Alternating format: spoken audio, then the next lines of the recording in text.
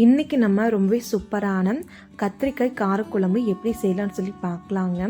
வீடியோவை ஸ்கிப் பண்ணாமல் பாருங்கள் ஃப்ரெண்ட்ஸ், அப்போ தாங்க பார்க்குறவங்களுக்குமே புரியும். ஃபஸ்ட் நீங்கள் ஒரு மிக்ஸி ஜார் எடுத்து வச்சுக்கோங்க.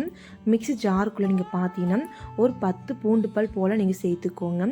அதுக்கப்புறம் ஒரு கொஞ்சம் போல் நீங்கள் இஞ்சியை சின்ன சின்ன பீஸாக நறுக்கிட்டு இஞ்சியுமே நீங்கள் சேர்த்துக்கோங்க. இதையெல்லாம் நீங்கள் சேர்த்து பின்னாடி ஒரு 2 பெரிய வெங்காயத்தை கட் பண்ணி நீங்கள் சேர்த்துக்கோங்க. 2 பெரிய வெங்காயம் கட் பண்ணி சேர்த்து பின்னாடி நீங்கள் இது கூடவே நம்ம தக்காளி சேர்த்துக்கணுங்க. தக்காளி எந்த அளவுக்கு நீங்கள் சேர்த்துக்கணும்னு பார்த்தீங்கன்னா ஒரு 4 பழம் போல் நீங்கள் சேர்த்துக்கோங்க.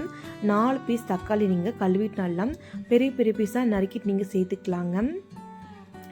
இதையெல்லாம் நீங்கள் சேர்த்து விட்ட பின்னாடி நீங்கள் பார்த்தீங்கன்னா இதை நீங்கள் மூடி போட்டு நல்லா நீங்கள் நைஸாக அரைச்சிட்டு வந்துடணுங்க. வேறு எதுவும் பண்ணக்கூடாது.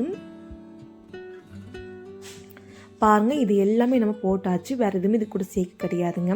இந்த மசாலாவை நீங்கள் ஒரு ஓரம் வச்சுக்கோங்க. அதுக்கப்புறம் ஒரு கடாயை நீங்கள் எடுத்து வச்சுக்கோங்க. கடாய் நல்லா காஞ்சதுமே ஒரு 5 டீஸ்பூன் போல் நீங்கள் எண்ணெய் சேர்த்துக்கோங்க. எண்ணெய் லைட்டாக காயிட்டுங்க. எண்ணெய் லைட்டாக காஞ்சதுமே 1/4 கிலோ அளவுக்கு கத்திரிக்காயை நான் நீளமாக கட் பண்ணிவிட்டு தண்ணிக்குள்ளே நான் சேர்த்துருந்தேங்க. இப்போ நான் பாருங்கள், கத்திரிக்காய் ஃபுல்லாகவே நம்ம சேர்த்துக்கலாங்க. கத்திரிக்காய் ஃபுல்லாக நம்ம சேர்த்து விட்ட பின்னாடி ஒரு கரண்டி எடுத்துக்கோங்க. கரண்டி வச்சுட்டு நம்ம அந்த கத்திரிக்காய் இருக்கு இல்லையா, அதை நீங்கள் நல்லா வதக்கி விடணுங்க. கொஞ்சம் லைட்டாக கலர் மாறினா போதுங்க, அதிக கலர் மாறணும்னு அவசியம் கிடையாது.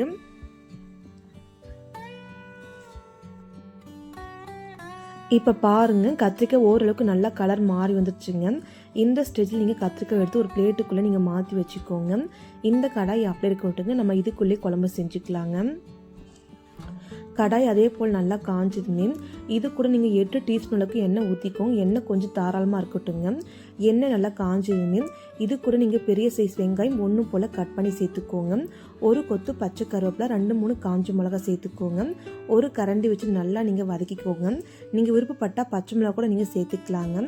இது ஃபுல்லாக நல்லா வதக்கி விட்டுக்கணுங்க. வெங்காயம் நல்லா வதங்கணுமே இது கூட நம்ம அரைச்சி வச்சுலையே மசாலா விழுது, அதுவுமே நீங்கள் சேர்த்துக்கோங்க.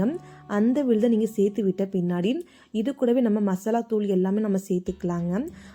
அதுக்கு நீங்கள் ஃபஸ்ட்டு மஞ்சள் தூள் எடுத்துக்கோங்க. மஞ்சள் தூள் ஒரு 1/4 டீஸ்பூன் போல் எடுத்துக்கோங்க. தனி மிளகாய்த்தூள் ஒரு 1/4 டீஸ்பூன் போல் மட்டும் எடுத்துக்கோங்க. அதுக்கப்புறம் குழம்பு மிளகாய்த்தூள் ஒரு 3/4 டீஸ்பூன் அளவுக்கு எடுத்துக்கிறேங்க. உங்களுக்கு குழம்புக்கு எவ்வளோ காரம் தேவையோ அதுக்கேற்ற மாதிரி நீங்கள் சேர்த்துக்கோங்க. ஒரு கரண்டி எடுத்துக்கோங்க. கரண்டி வச்சுட்டு நீங்கள் நல்லா நீங்கள் வதக்கி விட்டுக்கோங்க. அந்த மிளகாய் தூளெல்லாம் பச்சை வாசனை போகிற வரைக்குமே நல்லா நீங்கள் வதக்கி விட்டுக்கோங்க. அது மட்டும் இல்லாமல் நம்ம பச்சை தானே வெங்காயம் தக்காளியும் போட்டு அரைச்சிருக்கோம், அதனால நீங்கள் 1 நிமிஷம் போல் நல்லா இப்படி நீங்கள் வதக்கி விட்டுக்கோங்க.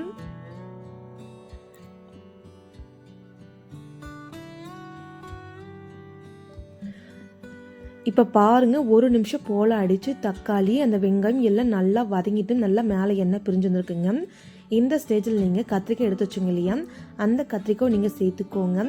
கத்திரிக்காய் நீங்கள் சேர்த்து விட்ட பின்னா நீங்கள் பார்த்தீங்கன்னா ஒரு கரண்டி வச்சு நல்லா நீங்கள் வதக்கி விட்டுக்கோங்க.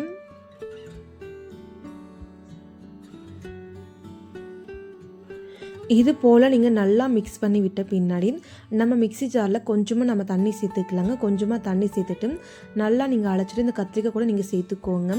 தண்ணி கொஞ்சம் கம்மியாகவே சேர்த்துக்கோங்க, அதிகமாக தண்ணி சேர்க்காதீங்க. தண்ணி சேர்த்து பின்னா நீங்கள் ஒரு கரண்டி வச்சு நல்லா நீங்கள் கலக்கி விட்டுக்கோங்க. நல்லா நீங்கள் கலக்கி விட்ட பின்னாடி பார்த்தீங்கன்னா இன்னொரு ஒரு 1/4 டம்ளர் போல் தண்ணி நான் சேர்த்துக்கிறேங்க. தண்ணி மறுபடியும் நான் சேர்த்து விட்ட பின்னாடி ஒரு கரண்டி வச்சு நம்ம நல்லா கலக்கிக்கலாங்க.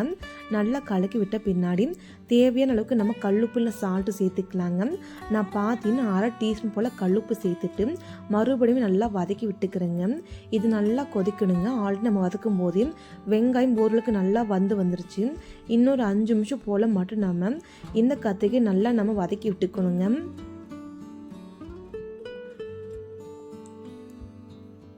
நீங்கள் நடுவில் ஒரு கரண்டி வச்சு நல்லா கலக்கிட்டே இருக்கணுங்க.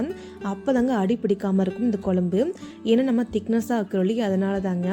இதுக்கு இப்போ பாருங்கள், கத்திரிக்காய் நல்லா வெந்துடுச்சு. கத்திரிக்காய் நல்லா வெந்ததுக்கப்புறம் ஒரு சின்ன சைஸ் அளவுக்கு புளி எடுத்துக்கோங்க. புளி நல்லா கரைச்சி தண்ணி மட்டும் நீங்கள் ஊற்றிட்டு ஒரு கரண்டி வச்சு நீங்கள் நல்லா கலக்கி விட்டுக்கோங்க. கலக்கி விட்ட பின்ன நீங்கள் பார்த்தீங்கன்னா உப்பு காரம் எல்லாமே கரெக்டாக இருக்குங்க. இப்போ நம்ம 2 நிமிஷம் போல் மட்டும் கொதிக்க வச்சுக்கலாங்க.